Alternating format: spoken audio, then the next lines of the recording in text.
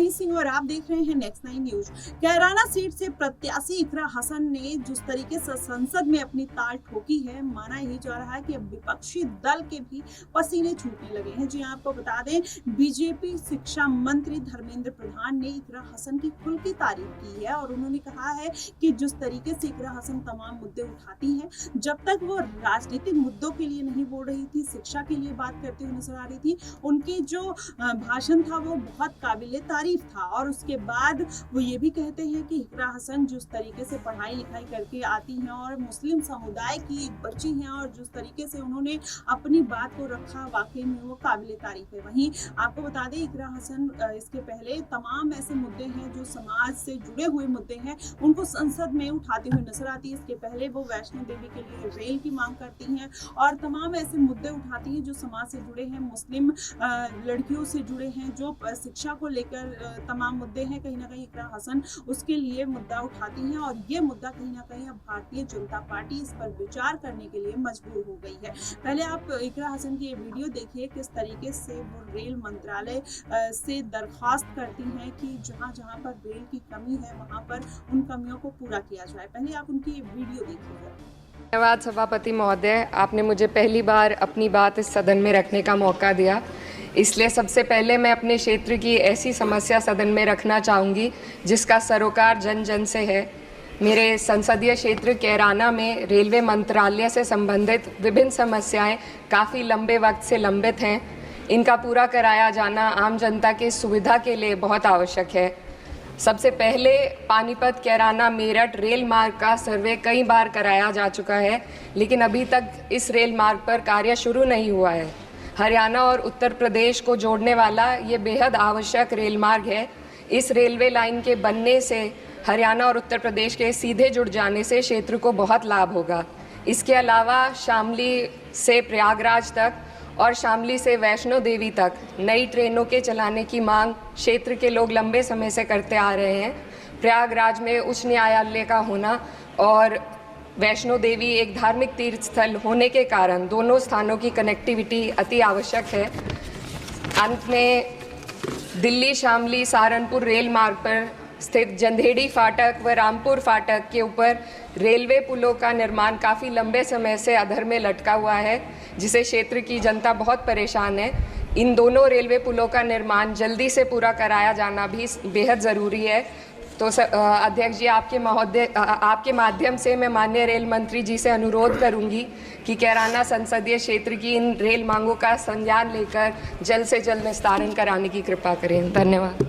तो देखा आपने किस तरीके से इकरा हसन अपनी बात बिल्कुल दमदारी के साथ रखती हैं और यही कारण है कि उनकी बात धर्मेंद्र प्रधान को इतनी पसंद आ गई। लेकिन वहीं देखा जाए तो अखिलेश यादव को बिल्कुल भी रास नहीं आया होगा कि धर्मेंद्र प्रधान उनकी खुलकर तारीफ कर रहे हैं, क्योंकि ये बात अखिलेश यादव नहीं चाहेंगे कि उनके सांसदों को किसी भी तरीके की तारीफ की जाए और उनके सांसद टूटते हुए नजर आए। तो ये बात निकलकर सामने आती है और वहीं इकरा हसन धर्मेंद्र प्रधान की तारीफ के बाद शुक्रिया भी कहती हुई नजर आती हैं।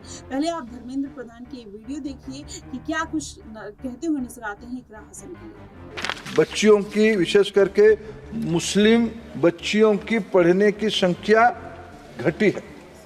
अध्यक्ष जी, तथ्य तो ऐसा नहीं कह रहा है।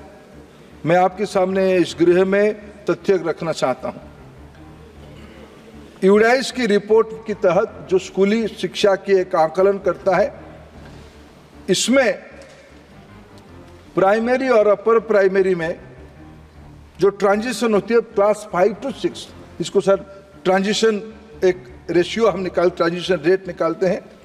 आज देश की स्टैंडर्ड 5 से 6 जाने में नेशनल एवरेज है 93.2 और मुस्लिम बच्चों के अंदर इस रेट की संख्या 89.3, ये लगभग नेशनल एवरेज के नजदीक है। अपर प्राइमरी टू सेकेंडरी जाने में यानी 8 से 9 जाने में नेशनल एवरेज है 88.8, मुस्लिम स्टूडेंट्स के बीच में है 82.2। सेकेंडरी टू हायर सेकेंडरी जाने में नेशनल एवरेज है 78% फॉर मुस्लिम स्टूडेंट्स में 70.4। मेरे मित्र, बड़े विद्वान मित्र है ओवैसी जी और बाकी कई मित्रों ने कहा, देखो मुस्लिम समाज में डर पैदा मत कराओ। ये सरकार मैं नई सदस्य आई है इकरा हुसैन, उसकी सोशल मीडिया में खूब चीज़ इन दिनों में मैंने उसको देखा है। आज उसकी भाषण भी मैंने, आदरणीय सदस्य की भाषण मैंने सुना। मैं आपकी अनुमति लेके एक लघु मंतव्य दूंगा। आप बहुत अच्छी बोली। मैं सोच रहा था जब मन से बोल रही थी ठीक बोल रही थी, जब पार्टी वाला चीज़ आ जाता था थोड़ा भ्रमित हो जाती थी, लेकिन अच्छी बोली, उनको बधाई। मैं बताना चाहता हूँ, अभी कहा गया कि मुस्लिम को क्यों आप ऐसे देखते हो। अध्यक्ष जी, देश के प्रधानमंत्री नरेंद्र मोदी जी को सौभाग्य मिला, उनके निर्णय के कारण अलीगढ़ मुस्लिम यूनिवर्सिटी की गठन 1875 में हुई। इतने दिनों में अलीगढ़ मुस्लिम यूनिवर्सिटी में पहला महिला वाइस चांसलर की भी नियुक्ति हुई तो इन दिनों में हुई, जिनका नाम प्रोफेसर नीलिमा खातून। उसी यूनिवर्सिटी में पढ़ी हुई, साइकोलॉजी में पीएचडी की थी। उसी एक जाने माने प्रोफेसर को इसी सरकार के दौरान योग्यता के आधार पे, खैरात नहीं, किसी की अभी कहा जाता था भाई आप आरएसएस के लोगों को ले आते हो, ऐसा नहीं, ये कोई आरएसएस की है नहीं। योग्यता के आधार पे मुस्लिम महिला बढ़ती है, हमें सभी को नाज होनी चाहिए, गौरव होनी चाहिए। इस सरकार ने निष्पक्ष के साथ, हमारी कोई भेदभाव की भावना नहीं है। आपकी एक दृष्टिकोण है, आपकी एक चश्मा है डराने का, भय पैदा करने का, आपके कुछ उद्देश्य होगा, लंबे समय चलने वाले ये सब चीज। तो देखा आपने किस तरीके से इकरा हसन के लिए तारीफ के वर्ड्स कहीं ना कहीं बीजेपी शिक्षा मंत्री के मुंह से निकलते हुए नजर आ रही है। ये बात ये भी निकल कर आ रही है क्योंकि इस बार के लोकसभा चुनाव में जिस दमदारी के साथ इकरा हसन खड़ी थी, वहां पर देखा जाए तो केशव प्रसाद मौर्य, योगी आदित्यनाथ, जयंत चौधरी, ये तमाम ऐसे नेता हैं जो इकरा हसन की सीट पर कैराना में चुनाव प्रचार करने के लिए पहुंचे, लेकिन इकरा हसन अपने दमदार भाषण की वजह से वो सीट जीत जाती है और भारतीय जनता पार्टी को बड़ा झटका लगा है। अब ऐसे में तमाम ऐसे मुद्दे उठाती हैं जो समाज से जुड़े हैं, जिसमें चंद्रशेखर आजाद की तारीफ आजकल विपक्ष के नेता करते हुए नजर आ रहे हैं। वहीं अब इनमें नाम जुड़ गया है इकरा हसन का, तो कहीं ना कहीं ये युवा जो चेहरे हैं वो समाज के उन तमाम मुद्दों को उठाते हुए नजर आते हैं जिससे युवा वर्ग जुड़ता हुआ नजर आ रहा है। और यही बात कहीं ना कहीं हर पार्टी को अब